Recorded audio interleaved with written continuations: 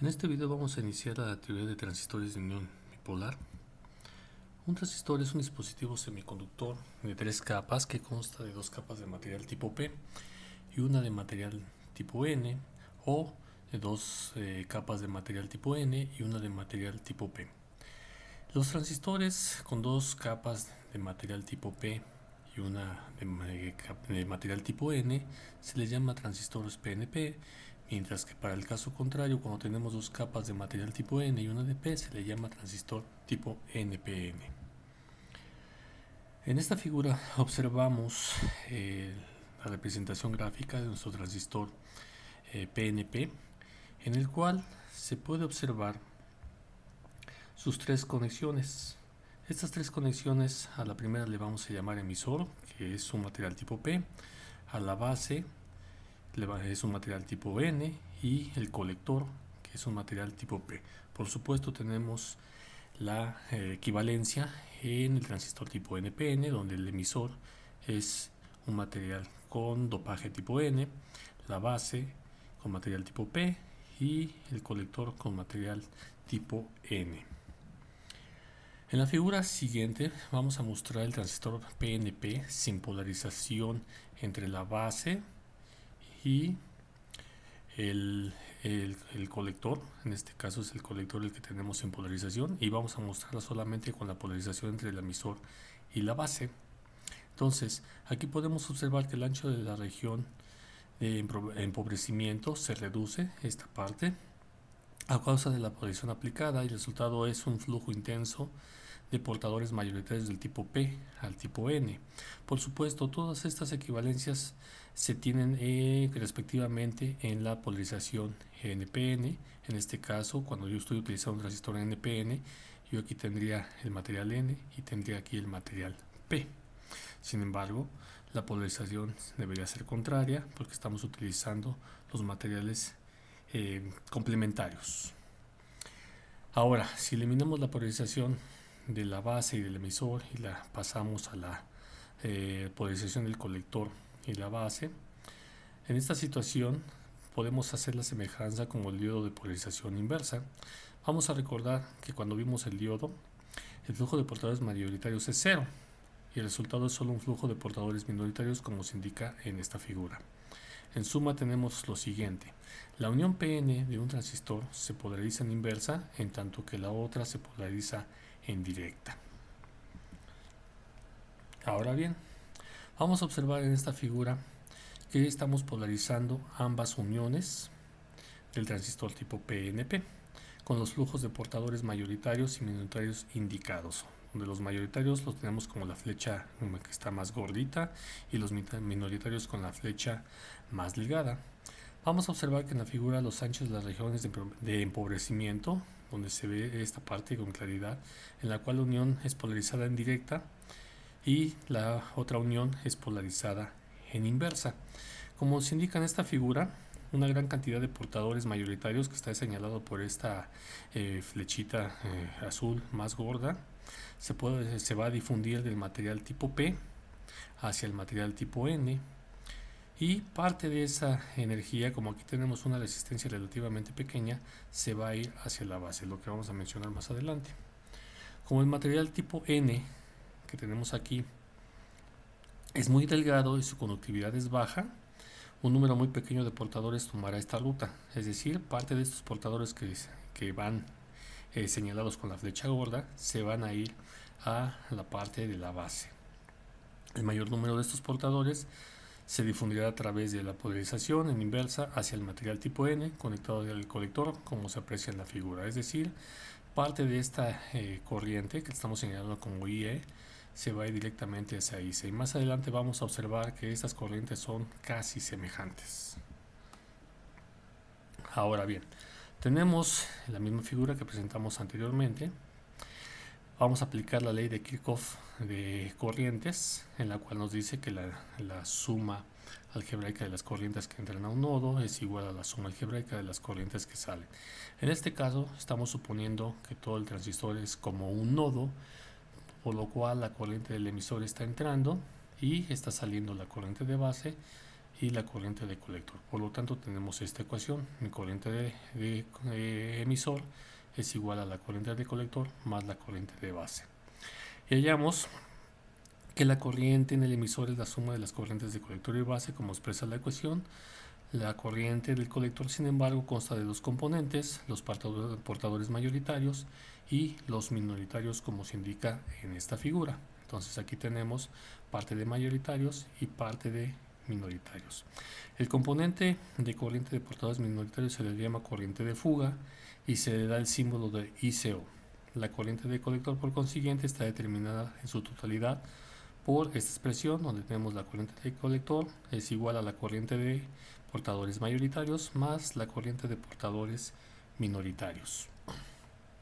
Ahora bien, el transistor, tanto el PNP como el NPN, se puede configurar de diferentes maneras. En este caso, las configuraciones comunes son tres, que son el de base común, emisor común y colector común.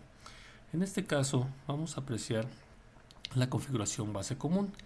La notación de los símbolos se va a encontrar en cualquier tipo de referencia, tanto para el transistor PNP como el NPN, donde podemos observar que el emisor está representado por una línea, una flechita que entra, y este se le llama PNP, mientras que para el caso NPN la flechita del emisor está en el sentido contrario. La base está representada por una línea que se conecta a una especie de barrita, lo mismo que para el clase NPN, y el colector es el pin restante. Para describir plenamente el comportamiento de un dispositivo de 3 terminales, como el de los amplificadores en base común de la figura anterior que habíamos presentado, tanto el NPN como el PNP, se requieren dos conjuntos de características, uno para los parámetros de entrada y otro para los parámetros de salida. El conjunto de entrada para el amplificador de base común de la siguiente figura relaciona una corriente de entrada, corriente de emisor, con un voltaje de entrada, voltaje base emisor para varios niveles de voltaje de salida. Entonces aquí podemos observar que nuestro voltaje base emisor llega a un punto en donde el valor de corriente, por más que aumentemos el voltaje, es relativamente cero, y este de repente empieza a incrementar su valor cuando ronda los valores entre 0.6 y 0.8 aproximadamente. Esto se puede ver en la figura anterior, donde yo estoy polarizando la base emisor, y aquí lo podemos observar como la unión de un diodo, tanto en configuración PNP como en la configuración NPN. Aquí hay que observar que ese diodo lo tenemos polarizado en directa, como hemos mencionado, y va a depender mucho de cómo tengamos la fuente de alimentación. En el caso del PNP tenemos el positivo de la fuente conectado al P, el negativo de la fuente conectado al N, mientras que para el caso del NPN tenemos el negativo de la fuente al material tipo N, mientras que el positivo al material tipo P, aunque aquí lo tenemos aterrizado debido a que esta es una configuración base común, por lo cual siempre el pin de base va conectado al nodo de tierra. Entonces, por eso es que tenemos aquí un valor muy próximo a los 0.7 volts, que en este caso estamos hablando de un transistor de silicio, por lo cual se asemeja a lo que es el diodo que habíamos venido utilizando anteriormente, donde se presentaba que el voltaje de encendido estaba relacionado cerca a los 0.7 volts. Y si podemos observar, esta es una gráfica muy semejante a la del diodo, donde su comportamiento es casi exponencial. Entonces, una vez que tenemos cierta polarización, y dependiendo cómo tengamos polarizado el voltaje de colector base, es decir, esta configuración, el voltaje que tengamos de esta patita a esta patita, o de este pin a este pin, es como vamos a tener el incremento exponencial de nuestra corriente del emisor.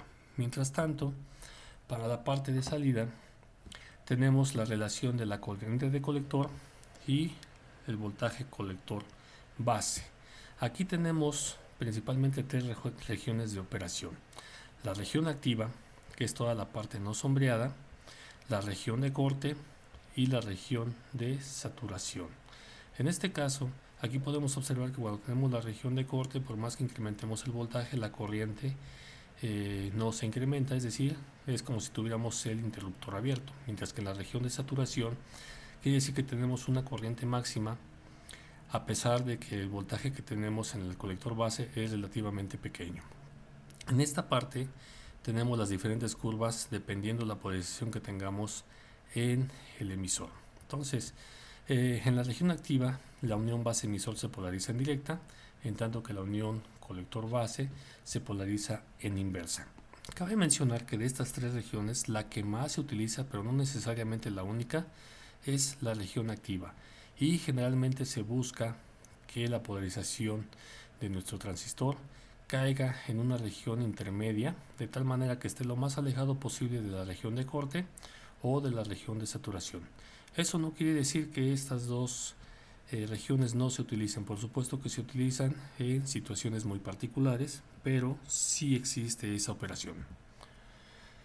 Las curvas indican con claridad que una primera aproximación a la relación de la corriente de emisor y la corriente de colector en la región activa está dada por la relación de que la corriente de colector es muy similar a la corriente del emisor, como habíamos mencionado anteriormente, y como su nombre lo dice, la región de corte se define como aquella donde la corriente en el colector es de 0 amperes. En la región de corte, las uniones base-emisor y colector-base de un transistor se polarizan en inversa, mientras que en la región de saturación se define como aquella región de las características a la izquierda de el voltaje colector-base es igual a 0. En la región de saturación, las uniones base-emisor y colector-base se polarizan en directa.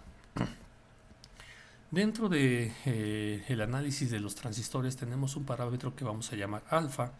Alfa es una relación de las corrientes, como vemos a continuación, tanto del colector como del emisor. En el modo de corriente directa, los niveles tanto de IC como IE, originados por los portadores mayoritarios, están relacionados por este factor alfa, y lo relacionamos como IC entre IE.